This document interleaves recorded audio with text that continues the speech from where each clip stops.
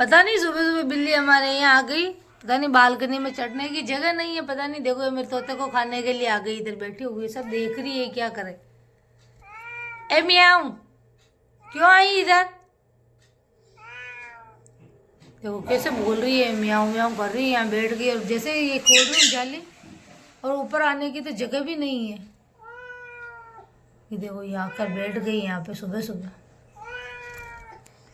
ये मेरे पैरोट को खाने के लिए आई है यहाँ पे।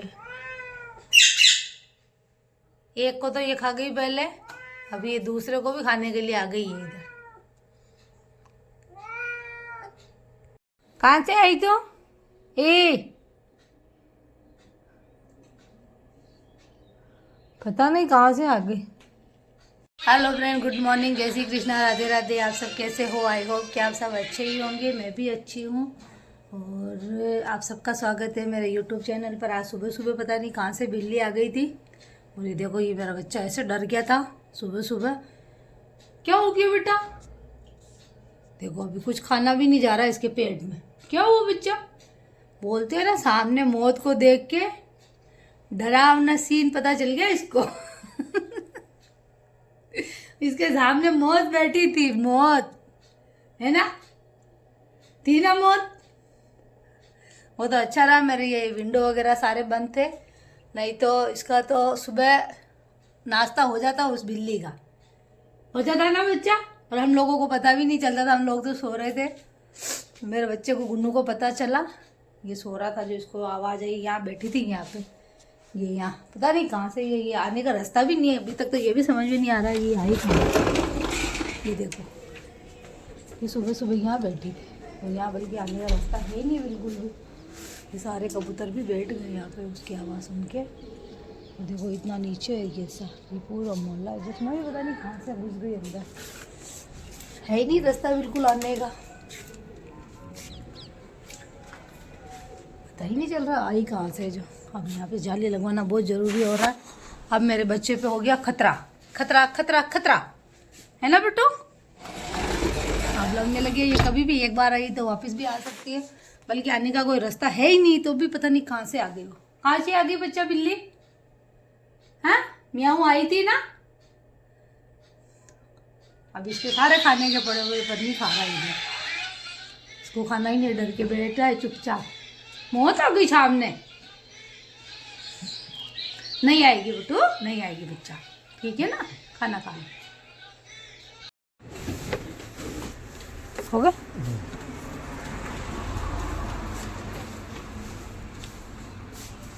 फ्रेंड देखिए, इतनी सारी मलाई इकट्ठी हो रही थी, तो मैं आज बना रही हूँ घी। और मलाई से कौन कौन घी बनाता है घर पे? देखिए मैं तो बनाती हूँ।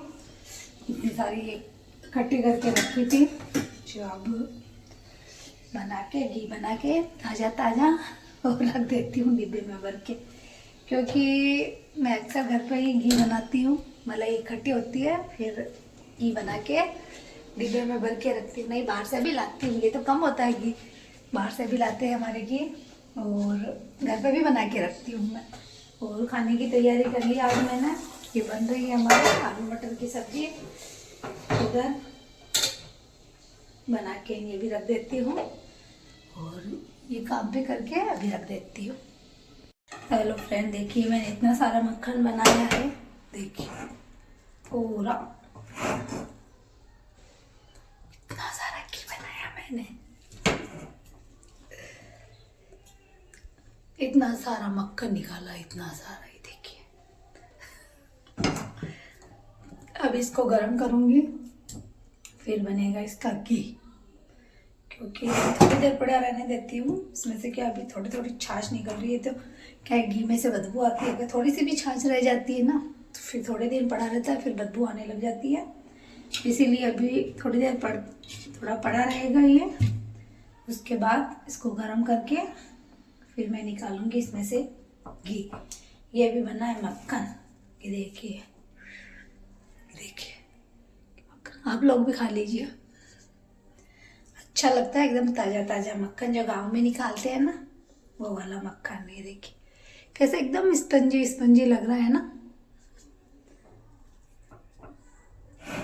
आप लोग भी निकालते होंगे, दूध आता होगा जिनके घर में, वो मलाई इकट्ठी करते होंगे और वो बनाते होंगे। बाकी सबका मुझे नहीं पता है।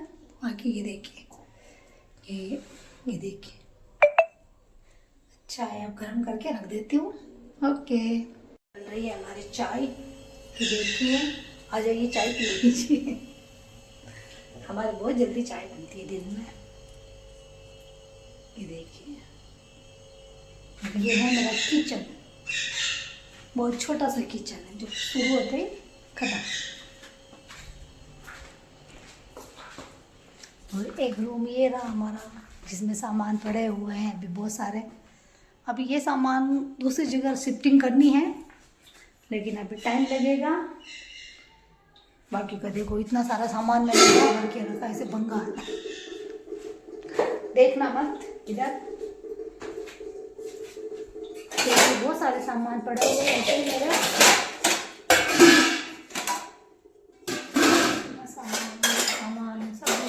सामान क्या करें।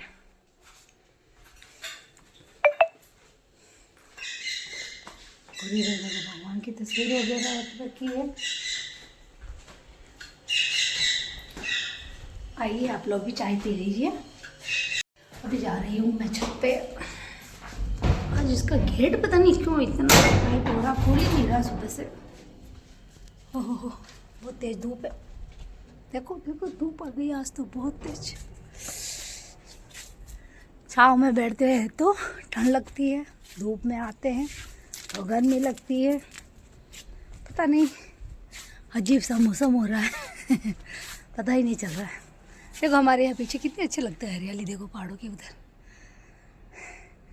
और मैं सीढ़ियाँ जब जब चढ़ती हूँ तब तब मुझे सांस चढ़ती है। पता नहीं ये क्या प्रॉब्लम है मेरे साथ, सबके साथ होती होगी। क्या करते हो। इधर भी अच्छा लग रहा है देखो। पहले जो वो लास्ट उधर है कोने में, वहाँ मैं रह रही थी। इधर भी ऐसे ही है, सामने पहाड़ वगैरह, पर वहाँ ज़्यादा हरियाली दिखती है। उधर खेत वगैरह है। सही बात है। ओहो, और मैं कहाँ रहती थी पहले पता है आप लोगों को? वो देखो, वो थोड़ी सी वो बिल्डिंग दिख रही है ना पीछे की साइड में, वहाँ रहते थे हम दोनों, हस्बैंड वाइफ और मेरा गुन्नू। अब मैं यहाँ रह रही हूँ, क्या करें।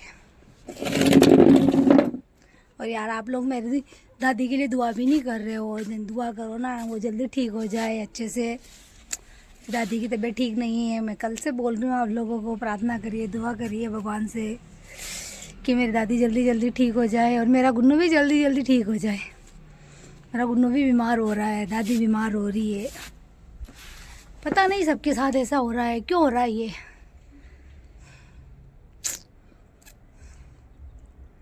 अभी मिल के आई थी ना मैं उस दिन, 2 दिन पहले जाके भी आई थी। बोल रहे कंडीशन सही नहीं है। मेरी दादी को कुछ हो जाएगा तो हम दादी कहाँ से लाएंगे, ऐसी दादी जो इतना प्यार करती थी हम लोगों को। क्या करें। समय कब जल्दी निकल जाता है ना, पता नहीं चलता है। मेरे हस्बैंड को गए हुए 6 महीना हो गया, नहीं 5 महीने कंप्लीट हो गए, 6ठा महीना चल रहा है। और उसके बाद दादी बीमार है। 1 महीना दादी को होने आया, बीमार हुए। 1 महीना तो नहीं, थोड़ा थोड़ा बीमार पहले हो रहा है, लेकिन 7-8 दिन से अभी ज़्यादा हो रही है। पता नहीं, जो अपना होता है ना वो बहुत जल्दी दूर चला जाता है। पता ही नहीं चलता है कि ज़िंदगी कब, कितनी छोटी ज़िंदगी है ना, कितनी जल्दी जल्दी निकल रही है। ऐसे लगता है जैसे आजकल की बात हो। यहाँ बहुत दर्द है, मेरे बहुत दर्द होता है। और हॉस्पिटल के नाम से तो बहुत डरने लग गई हूँ मैं, बहुत ज़्यादा डरने लग गई हूँ। जब भी कभी कोई बीमार होता है या हॉस्पिटल का नाम आता है ना, एक बार तो मेरी टेंशन हो जाती, फिर है ना थोड़ा हिम्मत करती हूँ, नहीं हॉस्पिटल नहीं जाएंगे तो ठीक कैसे होंगे। सही है ना। बस मैं तो यही चाहती हूँ यार कि मेरी दादी जल्दी ठीक हो जाए, पहले जैसी हो जाए, अच्छे से खाने पीने लग जाए। कोई अपना बीमार होता है तो कितनी तकलीफ़ होती है, बहुत ज़्यादा। पता ही नहीं है, मन ही नहीं कर रहा है व्लॉग बनाने का, क्योंकि यहाँ बहुत टेंशन है मेरे। एक चीज़ से मैं बाहर नहीं निकली तब तक दूसरी चालू हो गई है, पता नहीं। जो अपना होता है, जो सपोर्ट ज़्यादा करता है ना, वैसे ही होता है। और एक मेरे गुन्नू की दादी, हाँ आप लोगों को पता है कि उनके काम वाली आती है मेरे से सासू जी के, जो शायद पता नहीं अब चाय बनाने वाली नहीं आ रही है, शायद इसी ने मना कर दिया होगा मेरे सासू जी ने। तो अब है ना, सबसे बोलती है कि मेरे को फ्री में अगर कोई चाय बना के देता हो, पिलाता हो तो पिला दो। अरे हम लोग बैठे हैं ना, दूसरों से क्यों मांगते हो आप?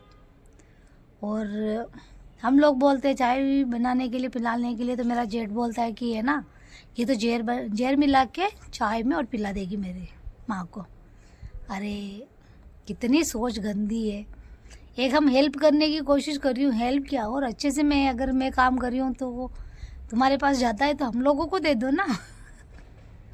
तेरे पास इतना है पैसा, इसका पेंशन आ रही है, तो तू लोगों को क्यों दे रहा है? उसके कम पड़ जाता है ना, इसीलिए। और बोलता है कि ना ये नहीं बना के देगी चाय। और अब है ना, वो बोलता है कि चाय, मेरा जेठ जो वो है, जो मेरे सासू जी को बोलता है कि चाय मत पीना, चाय पीना क्या ज़रूरी है क्या, बंद कर दे, चाय नहीं पीनी है। तो वो डर की वजह से वो मेरे जेठ जी को तो कुछ बोलेगी नहीं। और यहाँ मोहल्ले में जो भी औरतें बैठी होती है या और कोई होता है ना, तो उनको आवाज़ लगा लगा के बोलते हैं कि यार फ्री में कोई चाय बनाने वाला हो तो मुझे पिला दो मेरे कुछ।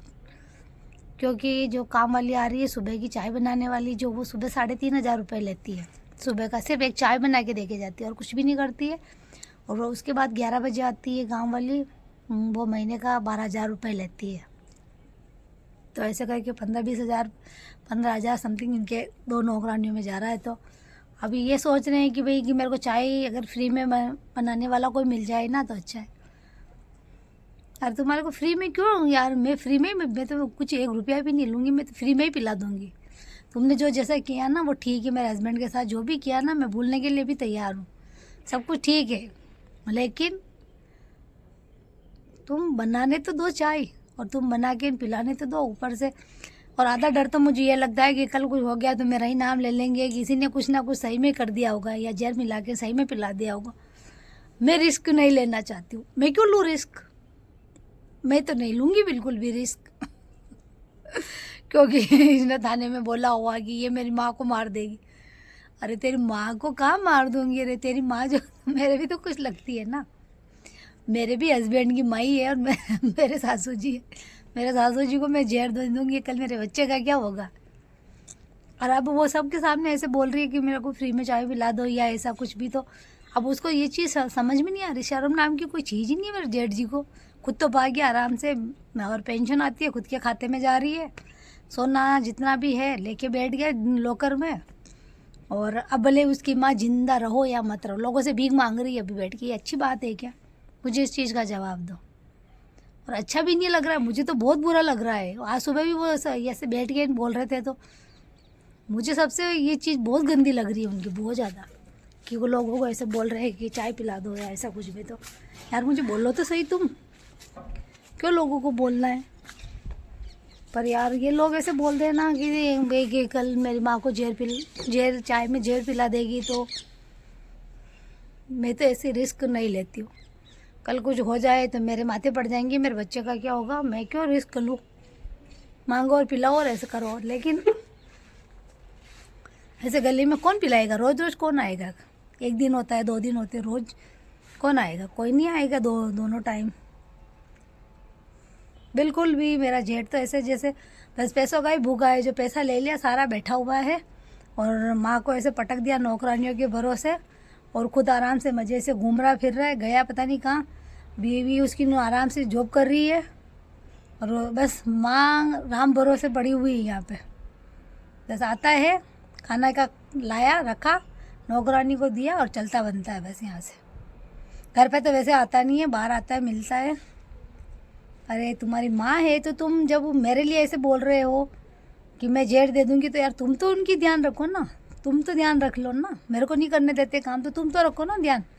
तुम उसको बोलो, तुम मेरी जेठानी को वो ध्यान रखे, क्यों लोगों को वो बोलते फिर रहे। और मेरे को तो वैसे भी इनका कोई इंटरेस्ट है भी नहीं काम करने का, सही बताऊँ तो, क्योंकि मेरे हस्बैंड के साथ इन्होंने बहुत बुरा किया है, बहुत ज़्यादा बुरा किया। और आज भी इसको है ना, मैं और मेरा बच्चा नहीं चाहिए। मेरा आदमी तो वैसे भी नहीं चाहिए था, जो वो तो दुनिया से चला गया। हम दोनों तो वैसे ही, हमारी ज़रूरत नहीं है। काम वाली को पैसा दे रही है, वो चल रहा है। और अब काम वाली को एक को छुड़वाना है तो बोले बहुत कंजूस है, बहुत ज़्यादा कंजूस है।